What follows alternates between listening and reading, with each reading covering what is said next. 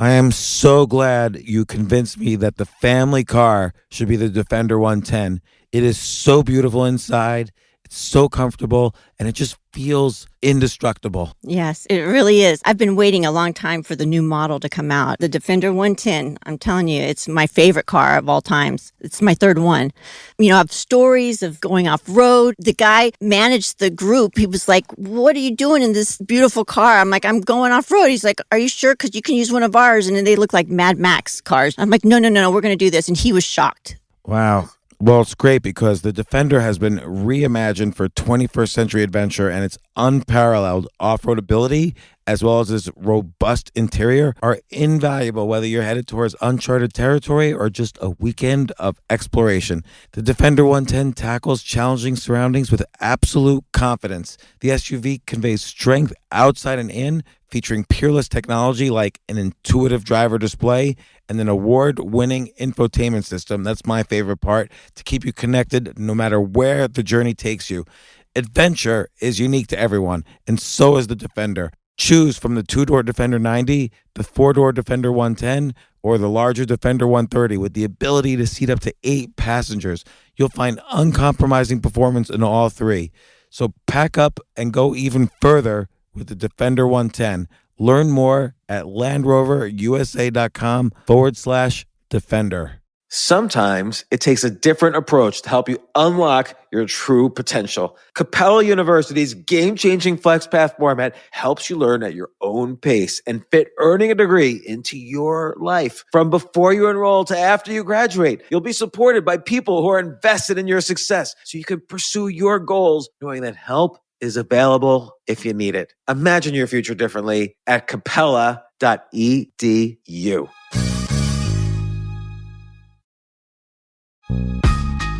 This isn't your average business podcast, and he's not your average host. This is the James Altucher Show on the Choose Yourself Network. Today on the James Altucher Show. If you are not keeping your skills up to date, you're not going to be able to get ahead in whatever job you're in. But I also agree as well that in the future, this idea of getting a formal education either goes away or it probably never goes away. But it definitely morphs. And it gets to a point where you really do just need to know certain skills. You have to know how to do what you're doing and what the next potential job is, either at a different company or at your current company, or if you want to start a company. No, it's so true. I guess that's right. You know, I kind of myself always have to keep updated. And how do you see, not just young people, but even people mid-age who are looking to reinvent themselves and not go into a corporate job every day? How do you see them using LinkedIn to find that passion job or that side hustle or that gig job?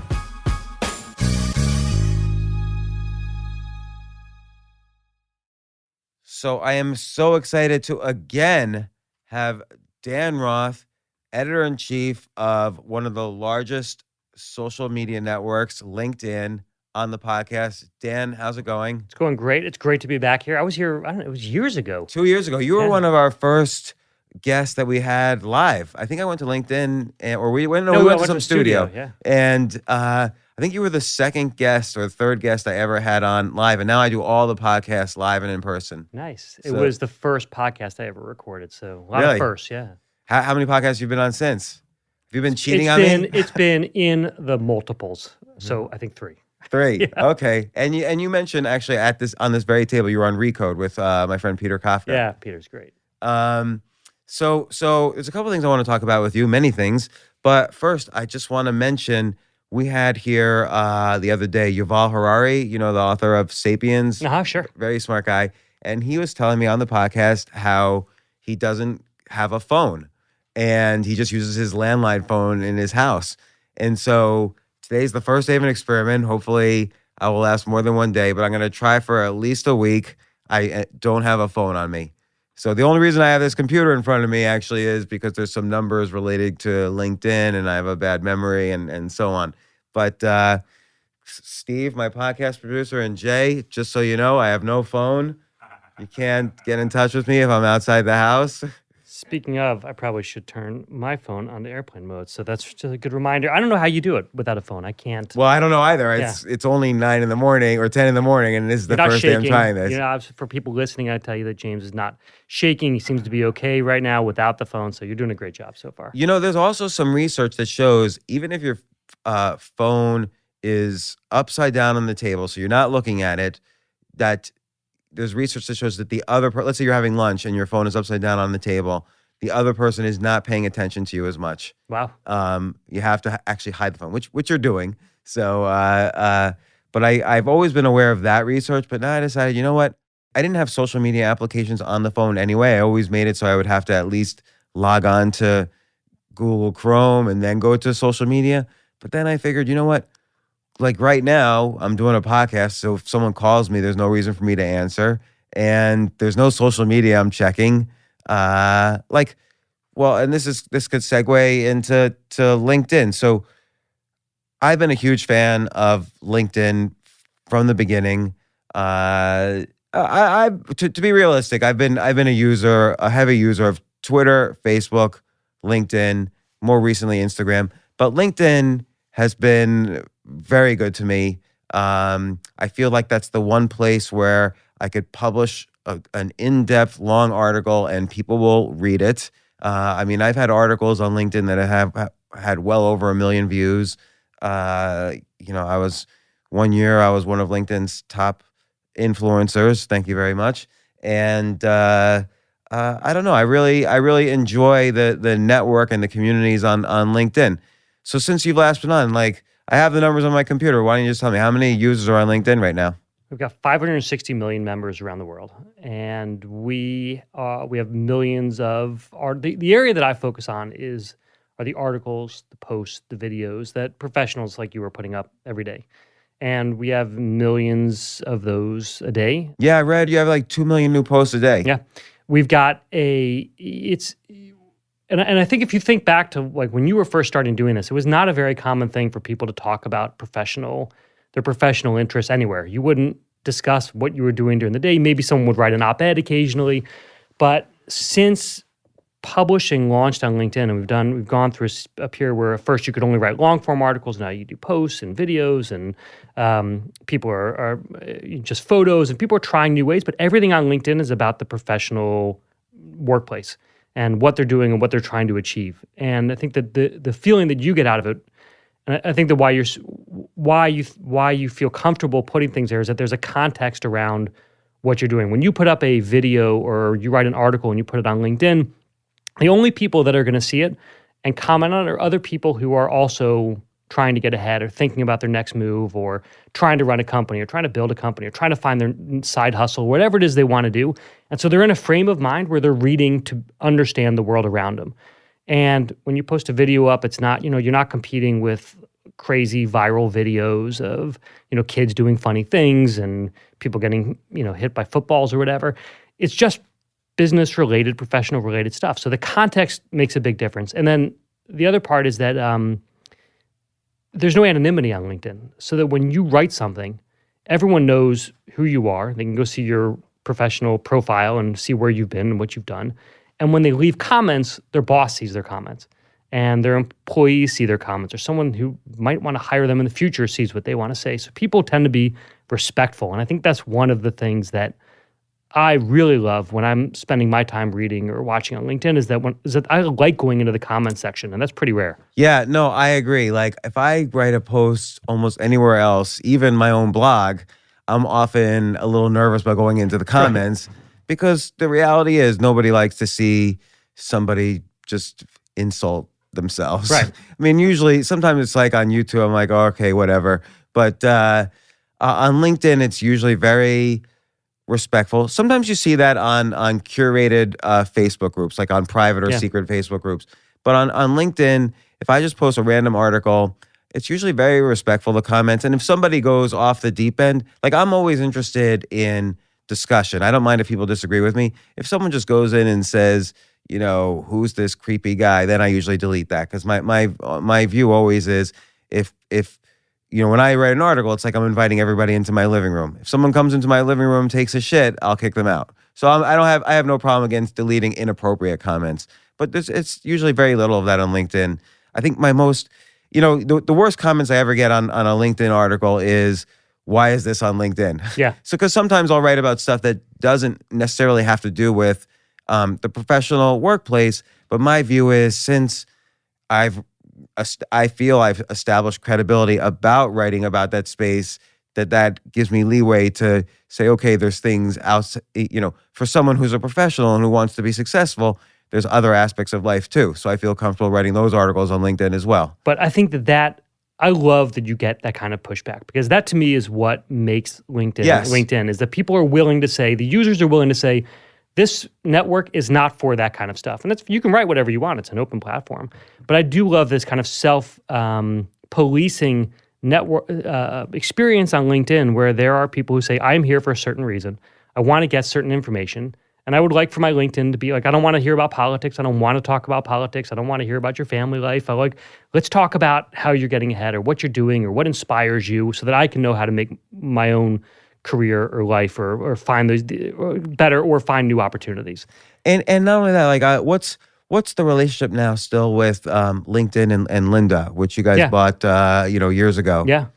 Which I thought was a great acquisition. And I'll tell you why, is because I think two things. One is, I think people think it's either college education or nothing, meaning you're either going to have a college education and be a success, or you're going to be a failure. And I think online resources like Linda show that you could learn up-to-date skills very quickly to be ready for new waves of jobs. Like, kind of the cycle of jobs and new opportunities is faster and faster. Like, now there's a need for, self-driving car engineers. Like, you even listed in your article, your excellent article on the top startups to work for, how many of those companies were self-driving car companies? Yeah.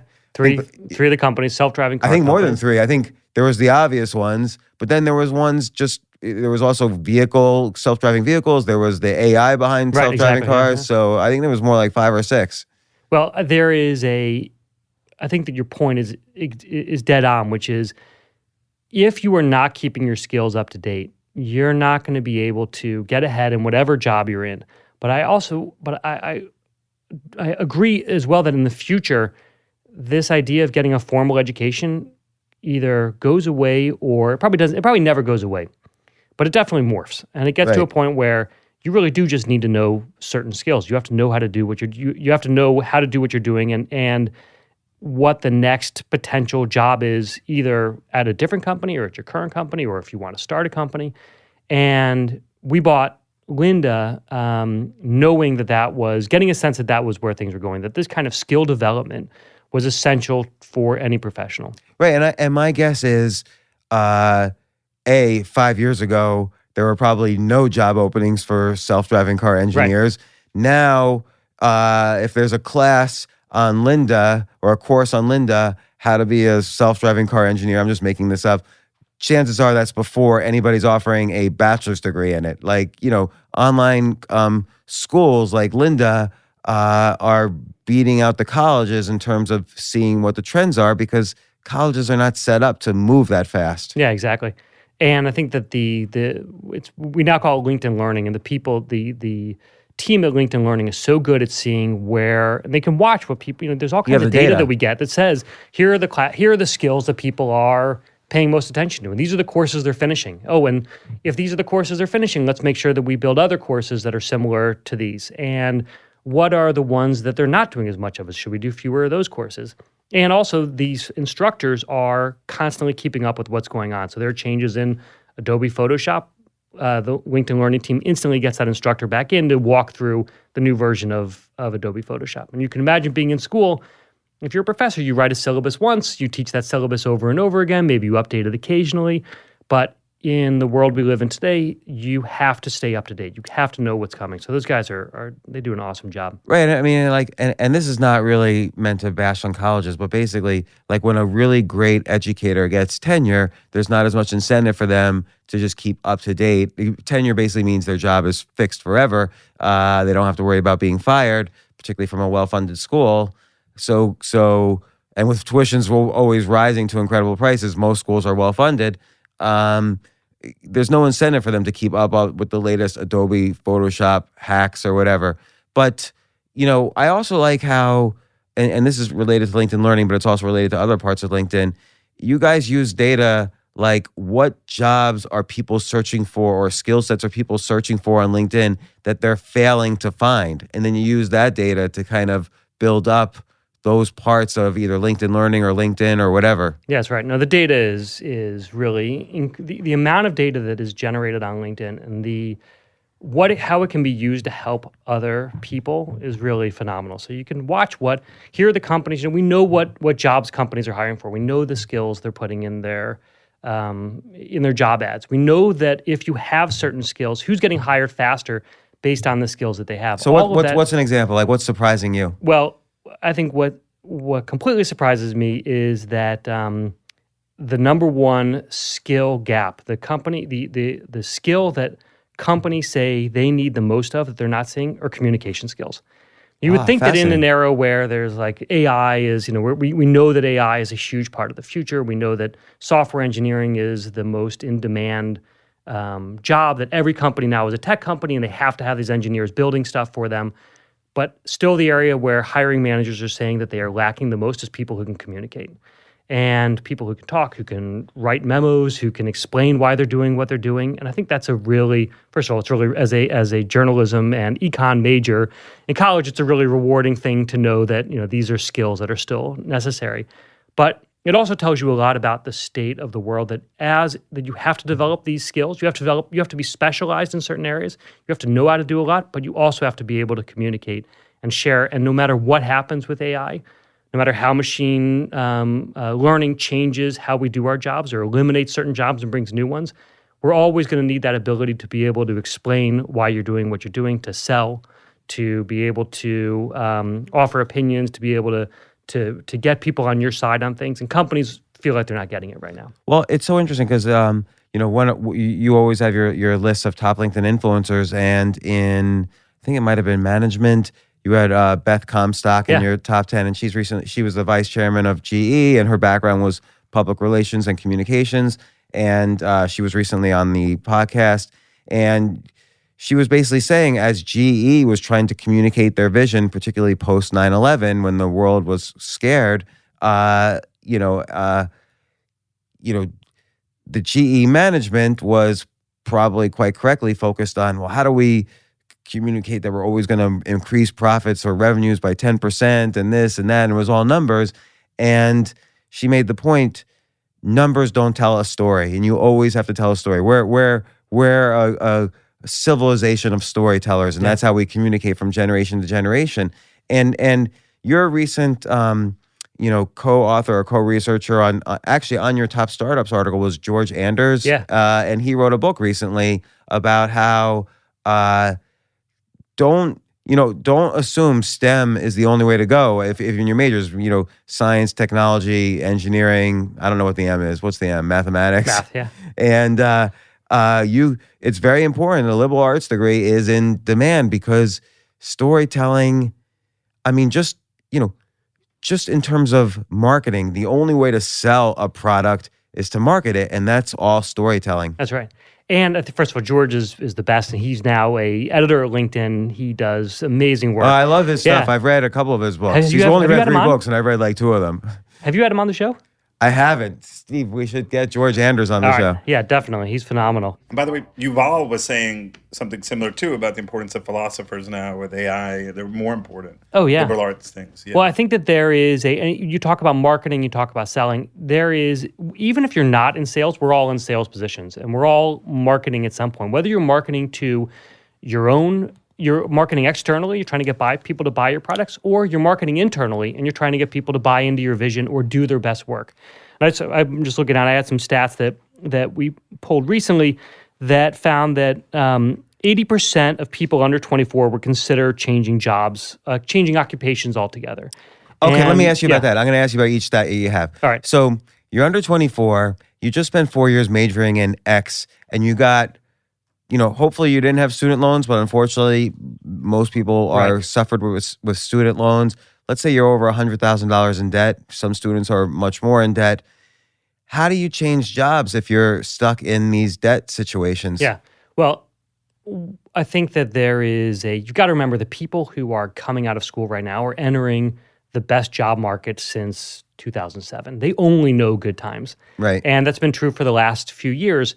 So they're getting better jobs. They're leaving their jobs and they're getting better jobs quickly. So it's totally different than, a few years ago than when probably the last time I guess it was before that, in the late 2000s when you couldn't get a job. People were leaving with these big student loans and they were living in their parents' basements and desperately trying to get any kind of job to pay off the loans. Right. It's just a different era right now. No, it's so true. I guess that's right. I kind of myself always have to keep updated. Like, I guess it was about 5 years ago, I went down to NYU and started interviewing kids in Washington Square Park, and they were all suffering in terms of the kind of jobs that they hoped to get, but the actual jobs they were getting.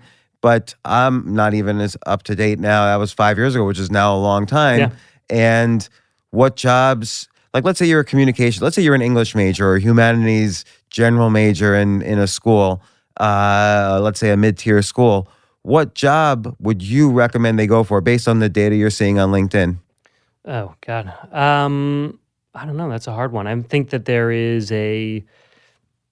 it really depends on what you want to do with your life. I mean, it depends on where you want to go. I think that that people who are graduating today know this, that it is about, and you were discussing this before, it's about skill development.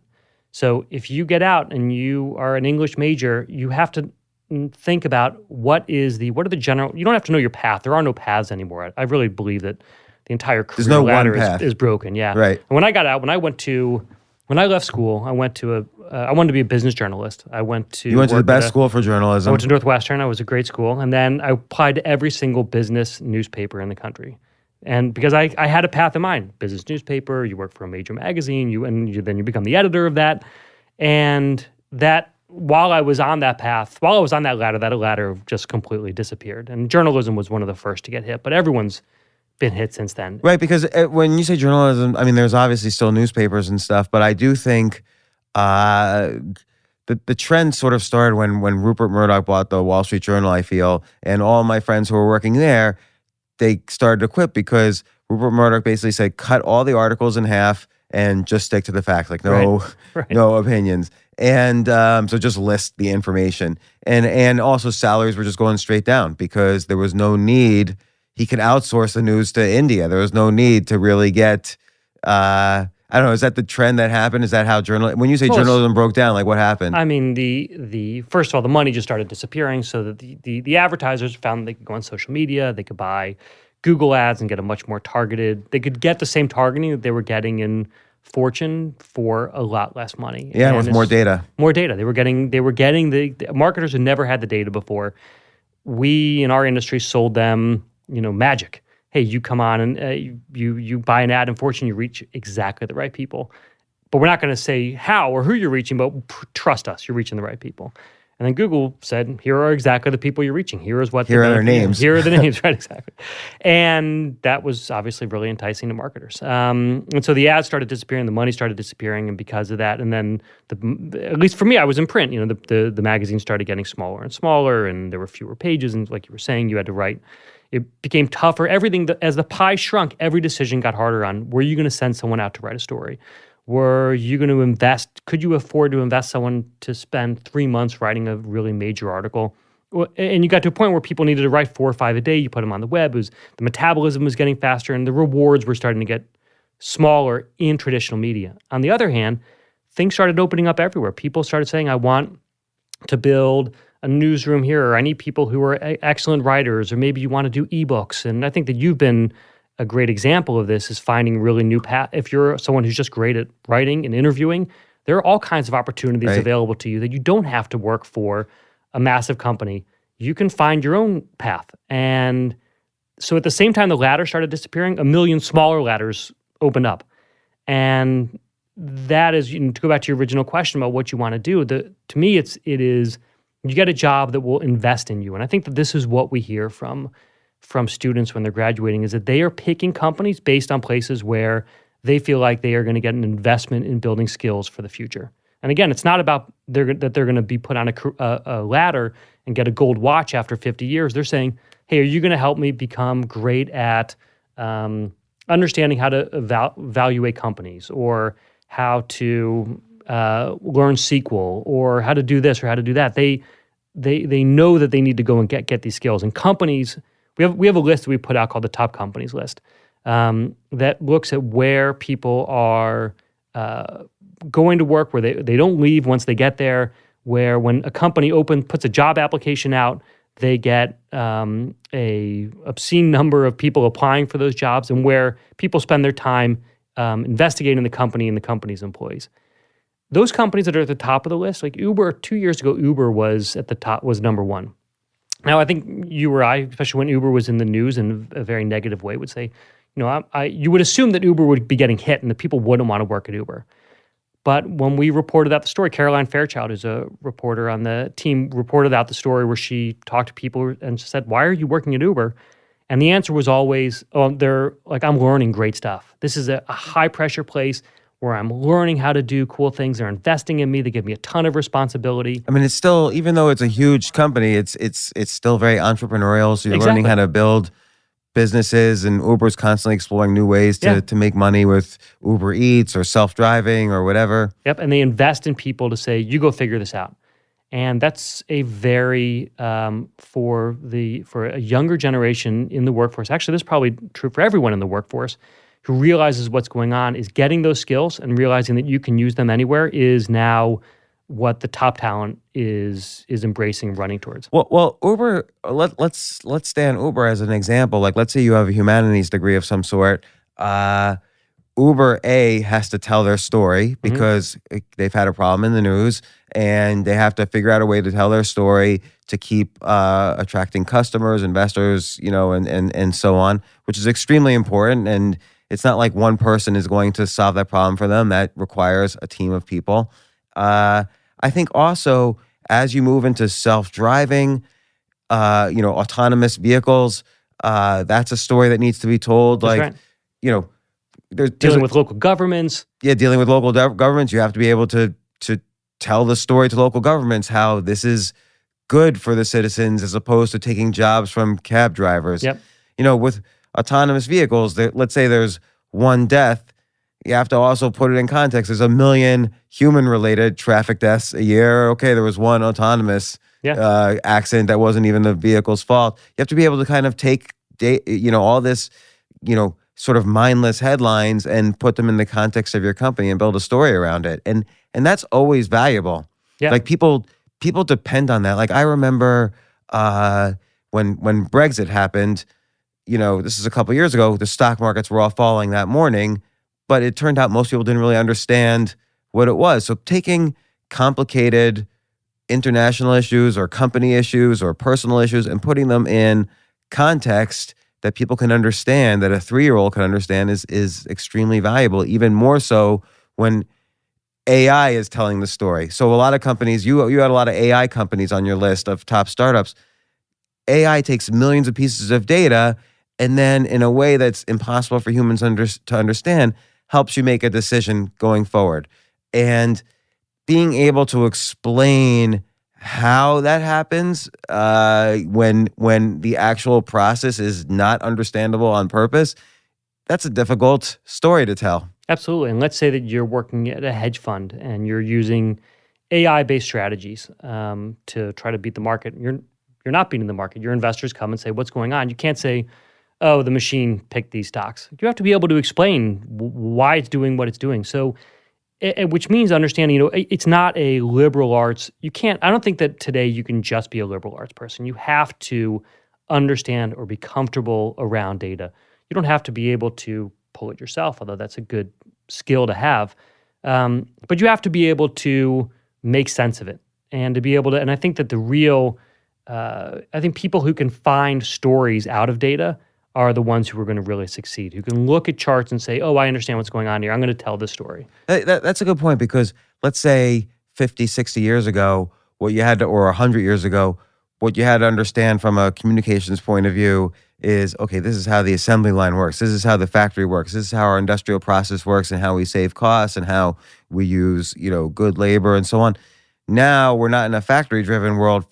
Factories don't make the products. Data often makes the products. And so it's not like you have to learn this hard skill like computer science and quantum mechanics. You just have to learn what, like, again, I'll take Beth Comstock as an example. She had to learn how a jet engine was made, not the hardcore engineering, but just, okay, This is roughly what we do, and she had to be able to communicate it. Now you have to learn roughly how data and science works. And I think that information was always sort of closely held by programmers, like, oh, we're programmers, you could never understand this. But now I think it is understandable, and there is a huge, as you could call it, a gap between taking those skill sets and being able to explain them so that, the media could understand, employees could understand, investors could understand, a child could understand, and so on. I'll give you an example. I totally agree, and I'll give you an example internal from at LinkedIn. Is one of my colleagues, a guy named Pete Davis, former BBC radio guy,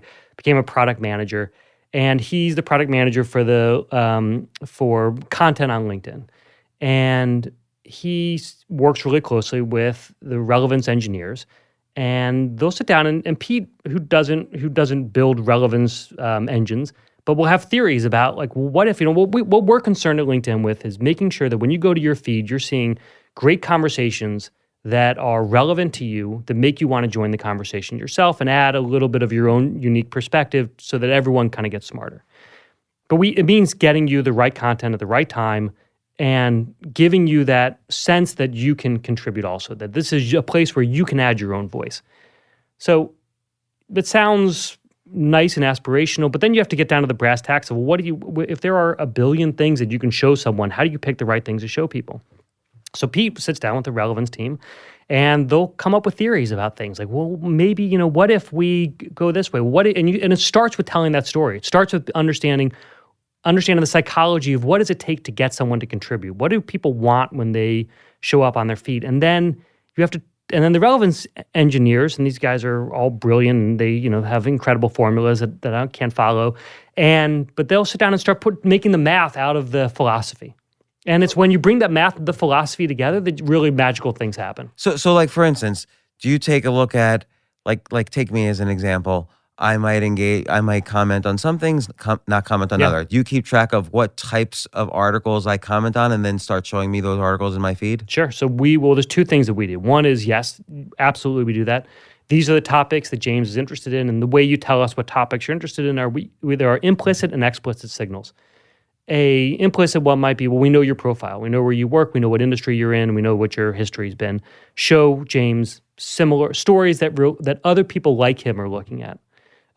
We know your network. We know who you're connected to and who you're following. So we can show you, we'll always show you things that your network is publishing or commenting on, because we know that you'll want the most interesting, like when you show up at a party, you want to find people and you don't know anyone. The first thing you do, at least I do, is you look for someone that you recognize and you go attach yourself to that person and you're like, oh, let's talk about something that we have in common until you feel comfortable. So we'll always show you things from people that you know. And then there are explicit signals, which are things that you do where you tell us you want to follow a certain topic. You're interested in Bitcoin. We're going to show you follow the hashtag Bitcoin. We'll show you Bitcoin articles and posts. And that's not different than most social networks. The difference for us is that we know who you are. You've given us your full profile is baked into LinkedIn. One of the areas though that we do veer a little bit different than our peers is that we also have an editorial team, which is what I run, and we'll show you the news, the top news of the day, and what are the news that professionals are talking about or that are breaking, and can we give you those articles so that you sound smart, so that you show up at a meeting and you know what's going on, so that you know the latest things happening at Tesla, and that when someone brings it up, you're absolutely, yeah, I saw that news. Because for professionals, staying informed of the wider world is as important, or is maybe not as important, but it is a very important part of being a professional, is understanding what's going on outside of your small world. And I think curation is getting more and more respect, in the sense that with you have 2 million posts a day going onto LinkedIn. YouTube has like 1 billion videos a day getting uploaded. And on the one hand, this is great where there's a long tail of, readers and viewers who every article will get some reader. Right. But, having a good curator is really now almost the sign of intelligence, being able to kind of find the signal through the noise. Yeah, there's too much. I mean, you go to there's just too much to consume. So Right. you need someone or ideally a combination of machines and people to help get you the right content so that and especially in a business context where, time is money, or you can't, or maybe you just want to finish your job and go spend time with your family. Like we think a lot about, of the time you're going to spend on LinkedIn, how do we make sure that you're getting the most reward for it? That if you look at those surveys of people say how much time they're spending somewhere and how happy they are with the time they spent or how rewarding it was, we always want to be on the end of that was a good investment of my time. Because for LinkedIn, the people that are on LinkedIn, there's some of the these are the times where you could be spending your time doing really productive things, and so LinkedIn's got to feel productive also.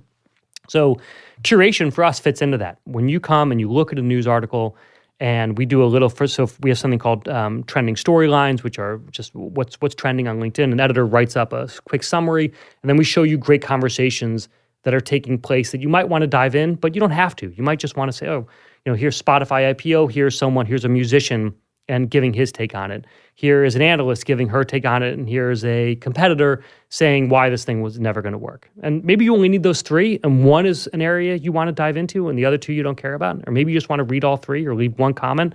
That's fine, but what we can't show you is an endless list of people commenting on it. You don't have time for it. If you want to dive in, that's always an option. But we also realize that you have limited time. We want to give you just what matters.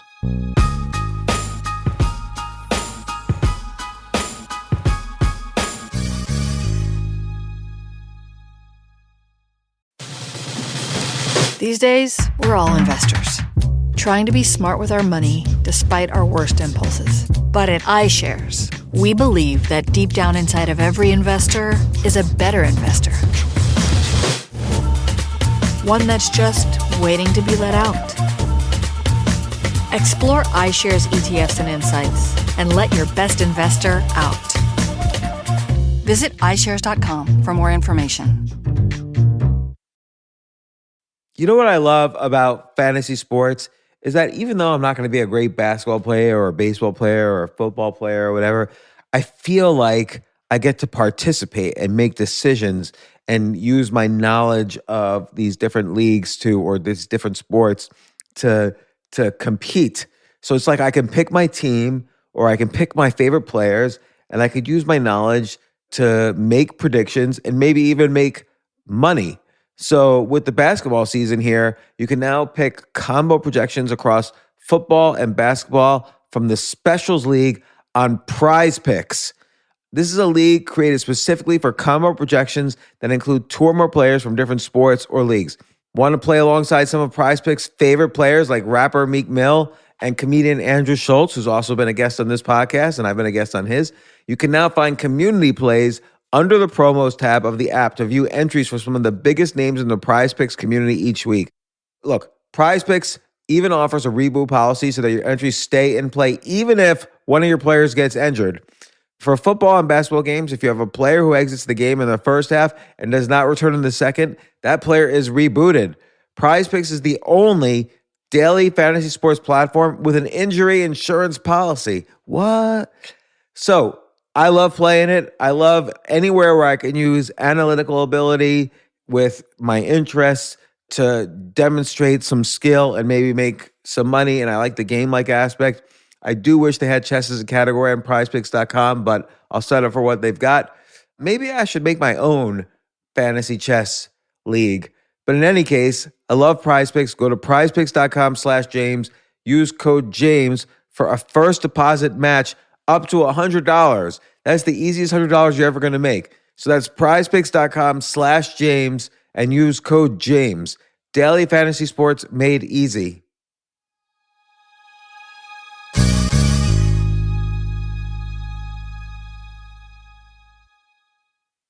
the future of learning is definitely online. Like, it's such BS that you have to spend $200,000 or take $200,000 in loans and go to some fancy school when it's useless. It doesn't guarantee you a job. Most employers, including me, do not care about degrees or grades or anything like that. We want to care that you love what you're doing, that you know what you're doing, in some cases that you have experience or that you're willing to learn. But people in general love learning and are curious. Like, the key to success is curiosity. And I think masterclass.com is the perfect model for online learning. I'm really happy they're sponsoring this episode. If you're going to give a gift, give the gift of learning. Masterclass makes a meaningful gift this season for you and anyone on your list, because both of you can learn from the best to become your best, from leadership to effective communication to cooking. Let me tell you some of the classes I've taken. I've taken comedy from Steve Martin. I mean, can you believe I can take a class from Steve Martin on comedy, or Judd Apatow, my favorite comedy director? I could take an actual class from him on writing. Wolfgang Puck on cooking. Dan Brown on writing, or Judy Bloom, who's been on this podcast, on writing. By the way, Wolfgang Puck also has been on this podcast. It's such a pleasure. I try to take classes all the time from masterclass.com. And whether you're watching Masterclass on TV or listening in audio mode in the app or on their site, the quality speaks for itself. It's like these Masterclass instructors are your own personal mentors that are going to help you reach the next level. How much would it cost to take one-on-one classes on comedy from Steve Martin or on chess from Gary Kasparov? You just wouldn't be able to do it. But it would cost hundreds of thousands of dollars. With a Masterclass annual membership, it's $10 a month. Memberships start at $120 a year for unlimited access to one-on-one classes with all 180 plus Masterclass instructors. So it's not just $120 for one instructor. You get all 180 plus Masterclass instructors. Boost your confidence and find practical takeaways you can apply to your life and at work. And if you own a business or are a team leader, use Masterclass to empower and create future-ready employees and leaders. That's the real education in today's world. So this holiday season, you can give one annual membership and get one free at masterclass.com/JAS. JAS, of course, stands for the James Altucher Show. So right now you can get two memberships for the price of one at masterclass.com/JAS. Masterclass.com/JAS. Offer terms apply.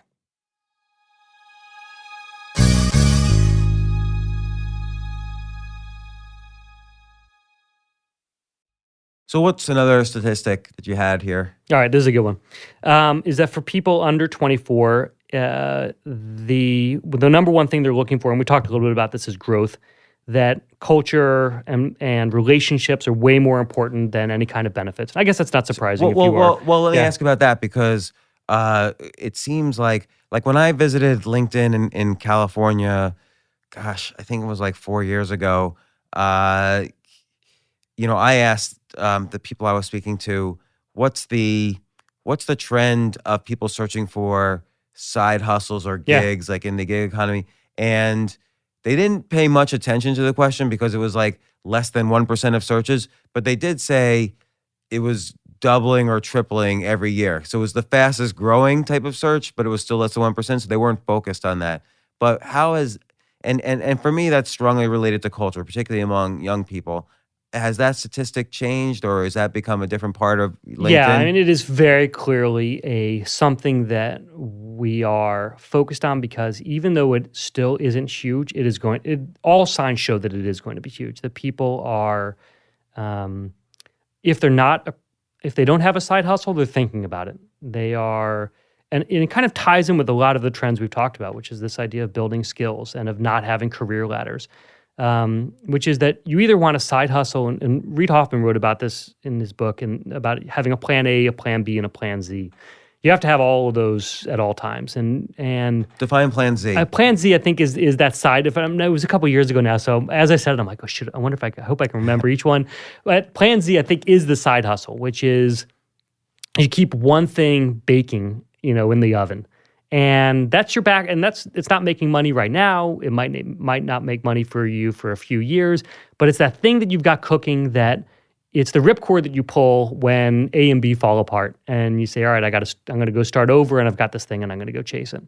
And maybe it's something you just love and you're not sure how you're going to make money on it yet, but you're going to at some point. It could be, hopefully it becomes your, not just a passion, but a way that you can support yourself too. And how do you see, not just young people, but even people mid-age who are looking to reinvent themselves and not go into a corporate job every day? How do you see them using LinkedIn to find that passion job or that side hustle or that gig job? Yeah, and I think it's important to point out that this is not just a young person's thing. This should be for how everyone. In fact, it's probably more important as you get on in your career, and knowing that the state of work is, I guess precarious is the wrong way to say it, but that it is changing so fast, as keeping something in your back pocket is more essential than ever.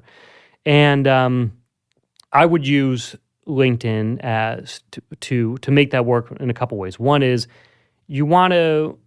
First, you just want to write and share around what you're interested in, and you'll start building up this community of people who are adding on to your voice. And I agree with that. In fact, if you hadn't mentioned that, I was going to say that because I have had that experience on LinkedIn. But go ahead. Well, I love when I see people who are like, "Hey, I'm thinking about getting into podcasts. What should I know?" Simple questions like that, you start seeing this amazing response where people just want to give. They are waiting for that moment to be able to share their expertise. They want to give back. I mean, people, I think, inherently want to give help. What we inherently don't want to do is ask for help. And I think the big change comes when you start realizing that you can start asking for help and you're going to get a response. If you ask for help and no one responds, it's really terrifying. It's a horrible feeling. Let's focus on that, because I think people are afraid to ask for help because it feels like shows weakness. It feels like then you're going to owe a favor if someone helps you. But on the flip side, people actually do want to help. They want to feel like they're an expert on something, and it feels good to help somebody else. It's not like that someone owes them a favor after that. Exactly. So that's really important. I don't know if you have this, but you should almost have a Q&A section on LinkedIn, kind of a Quora for LinkedIn. Yeah. We had it years ago, and that problem of fighting that problem we had it when I first, must have been 2010, I think we had a Q&A. It was way too early because of that problem of people being scared to ask the questions. Everyone wanted to answer a question, but people were scared to ask. But now you have so many experts too who are willing to help. Yeah. Like all your influencers want to get help as much as possible. They'll get into that, and Quora is getting that mind share, that Q&A mind share. Right. And it hasn't, Yahoo Answers didn't really work. I don't know if Google tried to Google Answers, but I bet you LinkedIn Answers, because it's so highly specific, not highly specific, but it's around the professional and workplace and work there's no life. Anonymity. I think one of the, Right. if you spend any time on Yahoo questions, what was it called? Yahoo Answers? I can't remember. Yeah, Yahoo Answers, yeah. And the answers were just, there was just people trolling all day long. Right. And so it was it was not a great, you didn't actually get answers to the questions. But you can't do that on LinkedIn when your boss is seeing what you're writing. Like, you got to give good answers. But people they are willing to ask questions more these days, and they are willing, and everyone still wants to be able to give answers. So, oh my God, I would be all over LinkedIn Q&A all day long. Yeah. I'm telling you. Well, Beth, you talked about Beth Comstock. Beth was we do something every morning called the Daily Rundown. So if you do this in 12 countries now, every morning on LinkedIn, you get a notification saying Daily Rundown is ready. It's 5 topics that you need to know about today, and then one kind of idea of the day, some piece of advice from someone who is just explaining how to think about managing your life. And Beth, for a week, was a guest commenter on it, where she would look at the 5 comments, five items, and then give her own perspective on any one of them. She was just giving back. Beth's someone who has spent an entire career at the highest levels of business. She knows a lot about how to manage your career, what's going on in the world, in the economy, and she was just offering her own perspective. And Beth she could spend her time doing a billion things. And the fact that she was willing to give back to the community, I think, says a lot about how willing people are to give that kind of advice, to share what they've learned. And again, I don't mean to bring up Quora too much. I happen to love that site, but I do think a LinkedIn Q&A would be a great place to spend time. You look at Quora. If I were to say, how did Andy Weir write The Martian? Did he research Mars? Andy Weir might respond. Like, people from, Jimmy Wales, if someone asks about Wikipedia, Jimmy Wales responds. If someone asks about AOL, Steve Case responds. So people are willing. I think even Barack Obama has responded about healthcare there. People are willing to answer questions that potentially 500 million people could read. Yeah. One of the most followed people on LinkedIn is Ray Dalio. Do you know Ray? He's the CEO. Ray's been on the podcast. Oh, yes. Yeah, I know him very well.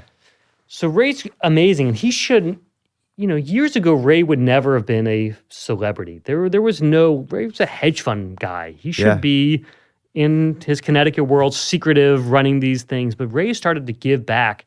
And the people who hang on to Ray's words are legion. They're waiting for Ray to give advice. And what's great is that Ray gets into the comments.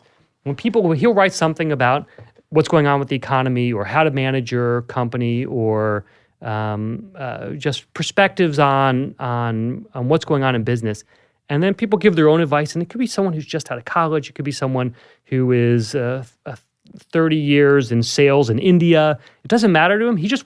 When he sees a smart comment or a great question, he's in there giving an answer. Yeah, and and his book Principles was great. It's a great book. That probably was an accumulation of him realizing when he responds to comments, people are paying attention. When I was coming here to interview Ray, I was going downstairs in my elevator. I had his book Principles in my hand. The woman next to me in the elevator, I didn't know who she was. She said, "Oh, I've read that book cover to cover." And I'm like, "Oh, really? I'm about to go interview the author." And she said, "Can you please ask him this for me?" Because she was having a problem at her job, and she felt her problem couldn't quite be solved using his principles. And so I was able to ask Ray the question and then convey back to her his answer. That's great. People want help. They are hungry for these kind of answers. And I think especially at a point where, to go back to the changing world of business, is that you're also expected to figure things out in a way that 20 years you weren't. Like when what? you are, I think that when you get to a certain, because middle management is no longer a real career, you can't become a middle manager somewhere. You're expected to run your own operation, to figure out what the problems are, to figure out the answers, and then to tell other people. And this constant kind of sharing up and down is an essential part of business today, which means that you're not waiting for someone to tell you. It's not a command and control. It's much less of a command and control economy than it used to be, where your boss would tell you what to do and you would do it. And now your boss comes to you and says, "What should we do?" Right. And you help come up with answers. You're expected to help come up with answers and plans, but a lot of times we don't know the answers. We don't know the questions to ask, and we're looking for advice from all over. And I think this applies not just to the corporate hierarchy, but also to the gig economy. Exactly. So if I say, okay, I'm going to be a professional wedding photographer, I can't just be good at photography. I also have to have a sales component. Like, how am I going to get into a network of wedding planners to book gigs? But then I also have to understand the basics of payroll and HR and these kinds of things. And I can learn that information. I'm not trying to push up LinkedIn here, but I can learn that information on resources like LinkedIn. You could do things like, how do I bill? I mean, you're a wedding photographer. That's great. You have to have the skills to shoot pictures. But how do you bill people? How do you price yourself? And they're really basic questions that you can get answers to by just asking how to do this stuff. You should almost do, if you see common searches of questions, you should almost do FAQs. That's a great one. that are curated from on the top viewed articles on a topic. So how to build someone, how to value yourself. I'm sure 1 million people have written about it and 1 million people have asked about it. I bet you can do an FAQ and then with links to the articles. That's an awesome idea. All right, end of the year, we're doing that. George Anders did something recently called Ace the Interview. And he realized from talking, and one of the things George does is he just has this incredible network of career placement, people who run career placement centers at universities. And one of the frequent things that these career placement people were hearing from businesses was that they were getting people who were coming in who didn't know how to interview. They just didn't. They were bad at interviewing for jobs. Beautiful resume, great profile. They could do all that. And as soon as they got in front of another human, they flopped. So George did this thing called Ace the Interview, where he asked people to record a video, put it up on LinkedIn. He said, here are the most common interview questions that companies ask. And it's things like, tell me about a challenge you've had in your job. And then he asked students and people, not just students, people who were kind of early in their career, but you didn't have to be, to post a example of how they would answer that question.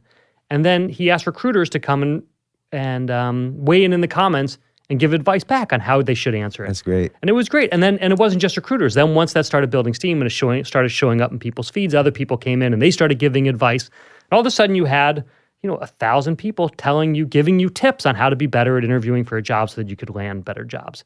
And it's just a very cool, once you put yourself out there and you're willing to ask for help, the answers come back. People they haven't had a way to be able to offer the advice before, and now we have a scalable way to offer that advice. I think it's really cool. Yeah, and okay, so what's another statistic? I'm fascinated by work statistics. 33%, this is true of all workers, 33% of workers today told us that they would take a 10% pay cut in order to gain flexibility in their jobs, that they want to be able to control when they work and where they work. That's interesting because I always thought the phenomenon of salary increases is, how do I describe this? It doesn't really matter. Like, let's say you're making $60,000 a year and you get a 10% increase. That seems like a lot because it's bigger than inflation, but you're making $66,000 a year now, and after taxes, that's it's as if you made an extra $4,000. I don't know. That's $320 a week or a month, and it doesn't salary increases or decreases don't really change lifestyle at all, unless it's like a force multiplier, unless it's like 2x or more. And you can get that with multiple income streams or multiple jobs or switching industries and building up or being an entrepreneur, which I don't always encourage. But, there's more important things than just a salary increase, and that statistic sort of proves it. Yeah, and the salary, I've never thought about it that way. The salary increases it's typically is someone asking just to be validated in their job. You're right. The money is not going to be, most of the time, the money isn't really meaningful until you change position, you get on board, take more responsibility, you change job, or there's some kind of a liquidity event.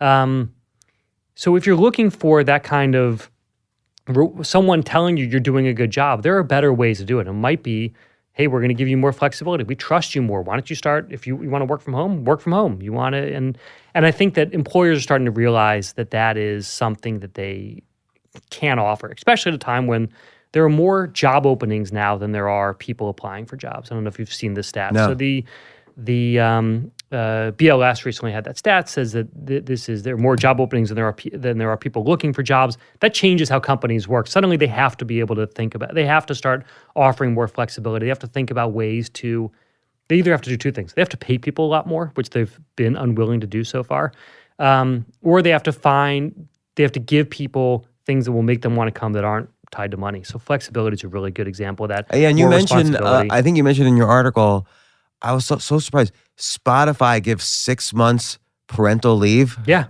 6 month paid parental leave. So another amazing, and what does that tell you? That tells you they are investing in the people, that they are saying, yes, it's important that your whole self is satisfied. We will be fine as a company, go away for 6 months, come back, as a proud parent, and you'll come back in your job. It's a smart investment. It is hard as a manager who has people go on paternity and maternity leave. It is, you know that the whole team has to do more work over that time, but when the person comes, it is 100% worth it when the person comes back and they feel great and they're happy and they're not thinking about, why did I just leave my kid at home after 6? It's inhuman to ask someone to come back to work after like 2 weeks, 3 weeks, the way that we used to do it. Companies like Spotify are so smart to offer that because it just makes people proud of where they work and they want to come and stay. Yeah, and I don't know if have you ever visited the Facebook campus in California? I haven't, no. It's like a mini city. Like I don't know, there's like Starbucks. I don't know if there's a McDonald's, but there's like restaurants. You can get your hair cut there. It's like a mini city. You never have to leave. It feels like you're home when you're at Facebook. And, Google has a similar kind of campus. I haven't seen if LinkedIn's done any improvements in the past 4 years. I felt at the time they could have upped their campus, but, all in good time. You have 560 million users, so you'll get there. But I think like work, and obviously you've stayed at LinkedIn forever. Like, you have to work at a great place now. Otherwise, people want to switch very quickly from jobs. And you mentioned the phenomenon in your article, ghosting. People will just stop showing up for a job and stop returning phone calls. This is totally tied to the tight labor market. And this came from some of the data and comments on LinkedIn, is we started seeing a trend of recruiters just complaining about people not showing up to interviews. And they were asking these questions. How do you get someone to show up? 6 years ago, that question, you didn't ask that question. If you had a job opening, people came and you had more candidates than you could even go through. Now, hiring managers and recruiters are finding that they will offer people a chance to come in and interview for a job, and the person just doesn't show up. Or they'll get the job. They get the job, but they don't show up to the first day. I mean, what a crazy Is there a Yelp for employees? Because obviously there's no accountability. In the comment section, a lot of people were asking for that.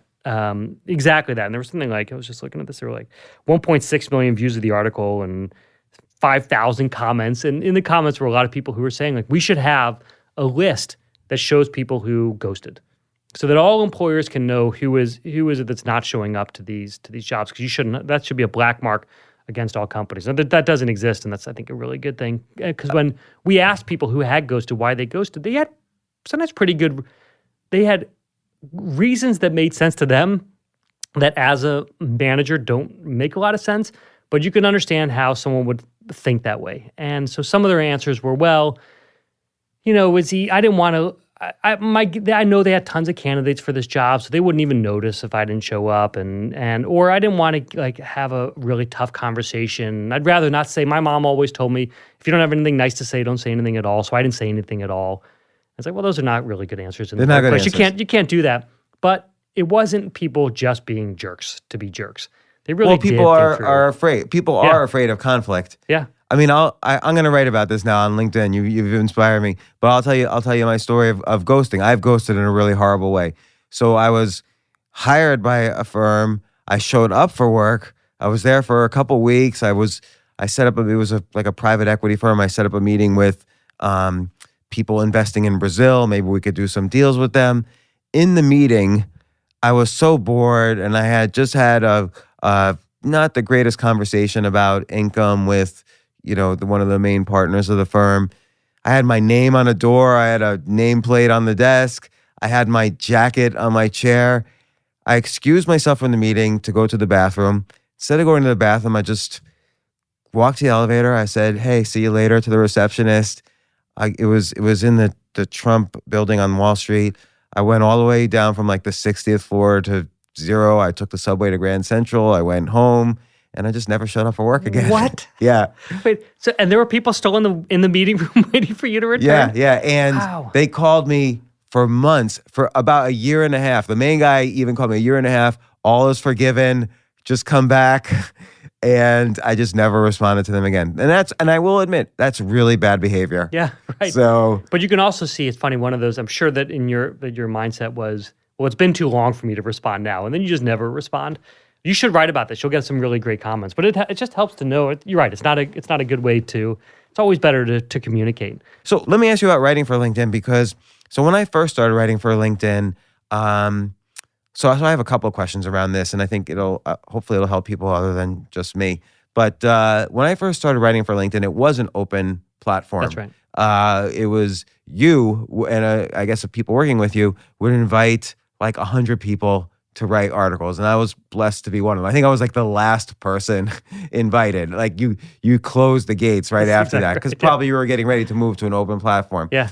But my first articles I would get like 1 million views an article. God. It was shocking watching our metrics when you posted something, and you would see, we were like cruising along, and then James' article would post, and said it was just the spike up, and you were just sucking all the traffic into your articles, because you were writing, I think, you wrote in a way that was at that time somewhat unusual, in that you were very free, and you still are, but there are more people who have adopted your style, which is that you're very willing to, your warts and all. Like you what's the term? Open the kimono. Like you're willing to say, like, here's how I live. Here are the things I've done that are wrong. You don't mind admitting faults. In fact, you kind of thrive in that world. and you like the feedback that comes from it. And that's not true for most people. Right, but I think what happened was, and you use the phrase adopted my style. I don't want to say I created the genre, but I think a lot of people saw that traffic and followers I was getting. I mean, I have a 1.1 million LinkedIn followers, and so they looked at my articles and they said, okay, he starts off by saying something bad about himself. So a lot more articles started doing that. I think people consciously or subconsciously started doing that style and getting more views and so on. But also I had been writing at that point for 25 years.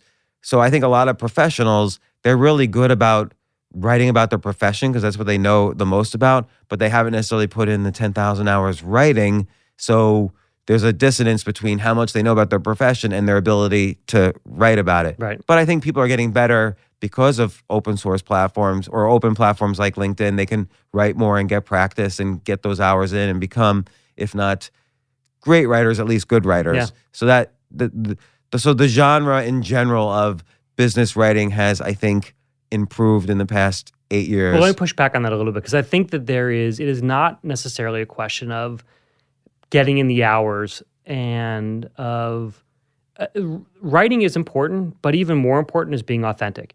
Yes. And that is where I think that you separated from the pack or that you were ahead of the pack very early on. Someone else that also was doing that at the same era was Sally Krawcheck, and she wrote about getting fired. And this is a taboo. Most people, when you get fired, you're really embarrassed about it. You don't want to talk about it. It hurts. It's so painful to get fired. And Sally's been fired a couple times, and she's been very open and honest about it. And that allowed other people to come in and talk about it also. And so her comments filled up with people who were thanking her for saying this because it meant they could talk about it as well. I think anything you're ashamed about is a good way to start an article. Yeah. Because it's not like you're the only person this has ever happened to getting fired. Everybody's been fired. Right. So suddenly everyone's going to say, oh, this happened to me. It even happened to Sally Krawcheck. Exactly. So that's going to, or I would write sometimes topical stuff. So my best article on LinkedIn ever, I think, was this is why you should quit your job. And I think I wrote about it in January of every single year for like 3 or 4 years in a row, and it always did well. Yeah. And then, but I would also write things like don't own a home, don't go to college. So things that border on professional life, personal finance, and so on. And that would encourage a lot of opinions, and I would talk about my own experience. But with an open platform, and maybe also this is just with the shorter attention spans of people these days with the rise of Instagram. If you think about it, with Instagram, we've gone from hieroglyphics, 5,000 years ago, all the way back to pictures. And that gets the most, attention. And so, even on LinkedIn, my shorter, you have articles, posts, video, and other media. Posts tend to get the most engagement and interaction and views and so on, as opposed to, let's say, articles. Yeah. What would you suggest for me? Like, I still have my followers on LinkedIn. I still have, I still post and stuff, but I don't see, You're not getting those big numbers. Now that it's open, those big numbers are much harder to get. There's a couple things. One is the video is really doing incredibly well on LinkedIn, and going back and it still follows the exact same trend, which is that the more authentic you are, the better. And so if people who hold their and I think this is probably a little bit different than Instagram, which is that when you see the videos of someone just holding their phone, you can kind of see part of their arm in the video, or it's kind of shaky, or they're walking while they're shooting this video. Those tend to do either those do the best, or the super produced ones do the best. But in this kind of uncanny valley in the middle where people are trying to mimic professional videos and they're not quite there, those don't do well. And I love that phrase, uncanny valley, because that refers to that's really comes from the virtual reality world where you're trying to create something real, but it's not quite there. Yeah. And so people have an unconscious hate for it. Yeah. And I think that's right. When you see someone trying to make a TV show, but it's obviously not, it doesn't work. Exactly. So you want to go, so don't worry about production values. Maybe your face falls out of the frame half the time. It's fine. And I think it's especially true in the business and professional world where things are polished so often or senior leaders try to give this very polished image of themselves or of their company. And people see through it, and they don't want it. Right, because it'll never be as polished as a $50 million TV show. Yeah, exactly. Right. And they also don't want, I've talked to, I'm not going to name names, but I've talked to executives who write or share on LinkedIn, and they complain about how much views that they're getting on their stuff. And I look back and I'm like, is this something, did you even write this? Well, our PR people wrote it, and then I kind of signed off on it. It's like, well, you can't. It has to come from you. People can sniff out inauthenticity. Right. The audience is an X-ray machine. Yeah, exactly. And so for you, when you write, they know instantly this is coming from you. There is no doubt that you do not have a PR person writing your stuff. That there is no committee that's signing off before you publish something. It is coming from you. And so the more authentic you can be, the more people, and this goes back to this idea of giving and getting help, is that people want to feel like they're getting advice or insights from the person that they have chosen to follow or to click on. And is there a time limit on videos on LinkedIn? Yeah, I think it's 10 minutes. Okay, so that's not like 60 seconds or something. Yeah, exactly. No, this isn't 6 seconds. And then how do people videos. like with articles, people could search on words. How are people finding videos? You find them through topics that you follow, so hashtags you follow. So I can put hashtags on. Exactly. You should be putting hashtags on everything. Hashtags are just a great way to organize the world. Even on articles, I should put hashtags? When you share an article, you put a hashtag, you share it, and then you write a post. And in the post, you say, hey, I just wrote this article about why now is the best time to quit a job. Hashtag, new job, hashtag. I see. You write the article, then you make a post about the article. Yeah. Boom. Yeah. So what I tell everyone is after you're done writing, after you hit publish, you go from being a writer to a marketer. So now you got to put your marketer hat on and think, how am I going to get people to read it? And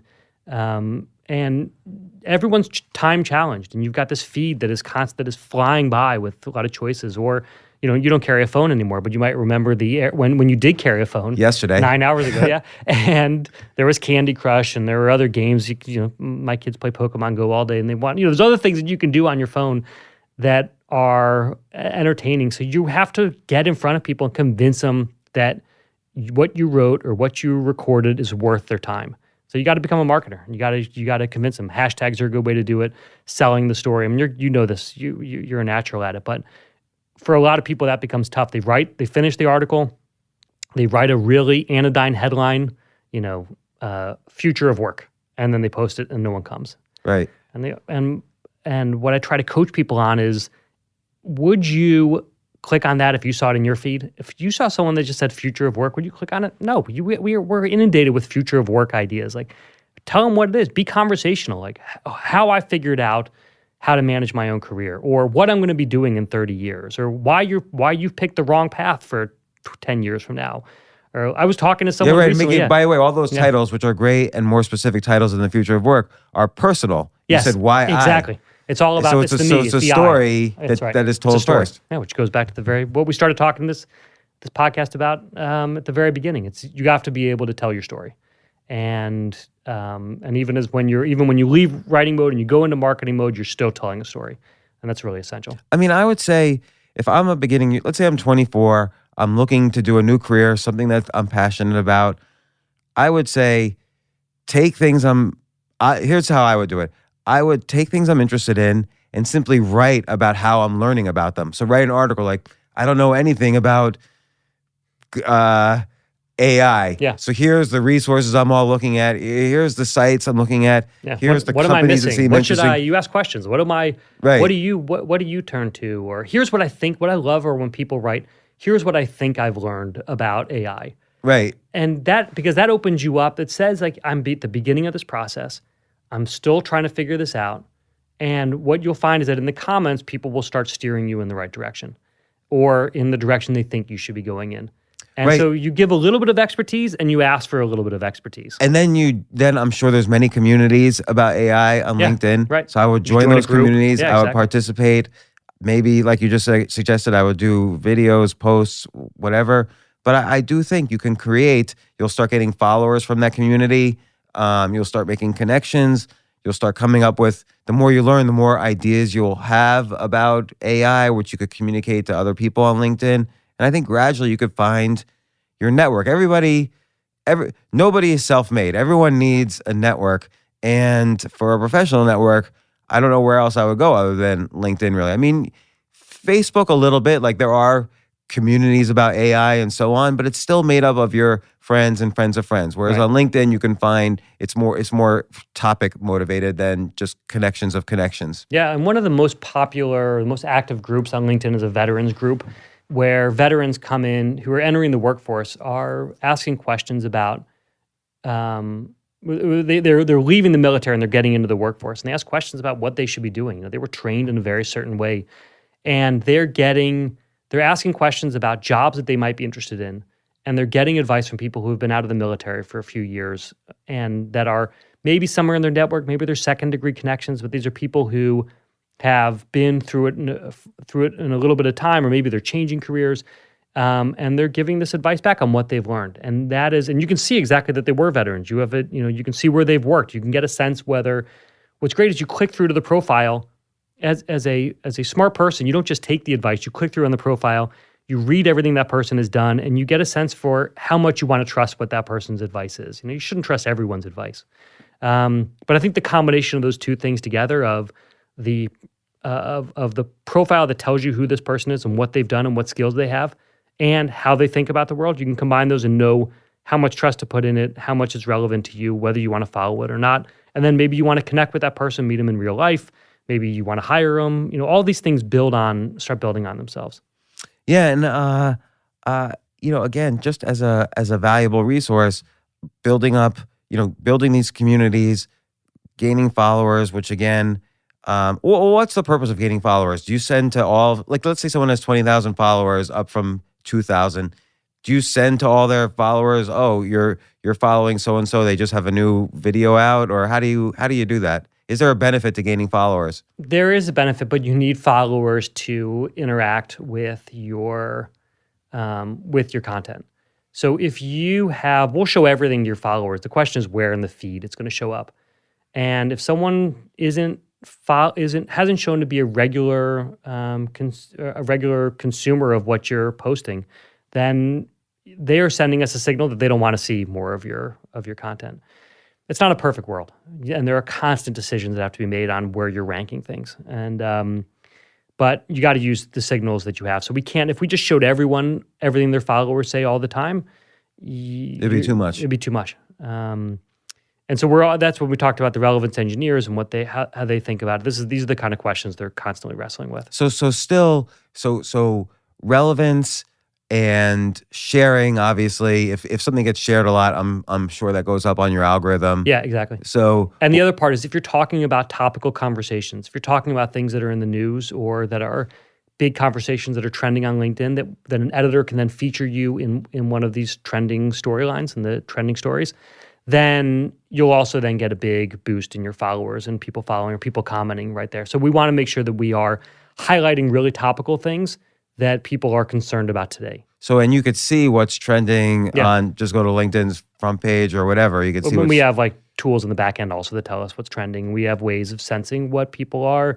what topics they're interested in today that they weren't interested in yesterday, what topics are trending, and we want to make sure that we're covering those really well. So one or two final questions, or one main final question. You have videos on LinkedIn, and you have even people doing videos on a regular basis, almost like shows. But I look at, I'm trying to think of like media and even television in a different way. Like you look at Uber.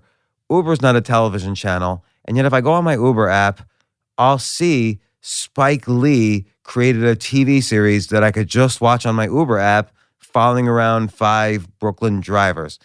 So what makes that different than Netflix? Netflix was just simply a website with a large amount of traffic, so they started making TV shows.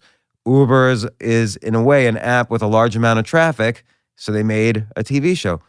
LinkedIn has an enormous amount of traffic. You could be every bit as successful as Netflix, or even more successful than like a CNBC, and just start producing your own real TV shows. Is this like you could be the LinkedIn network? And then you know what? You could even do a deal with a set-top box and be on the television channel. Sure.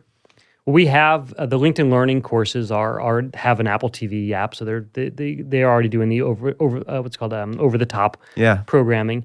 I want to see LinkedIn right there next to Amazon. All right. So whereas Apple is too exactly. direction, right. too what is it, whatever it's called. Well, Jeff Weir, the CEO of LinkedIn, was at a conference, at the Information's conference, and he said he's not opposed to doing things like that. So we'll see. Yeah, I think any site with large amounts of traffic should essentially be on the set-top box, or at least view themselves as a potential Netflix. And LinkedIn's perfect because you have so many people, such a huge audience interested in a very specific thing, which is their work life, which is so important to people. This an opportunity to like basically be the TV network for that. Anyway, just an idea I'm throwing out. It. Giving you a couple ideas. All kinds of ideas. You're giving me a couple ideas too. So thanks very much. Your second time on the show, Dan Roth, editor-in-chief of LinkedIn. Hope you come on again, and you gave great advice about how people of all ages could and should use LinkedIn, which is one of my favorite social media networks. Thanks. Thank you. That was fun. That's great.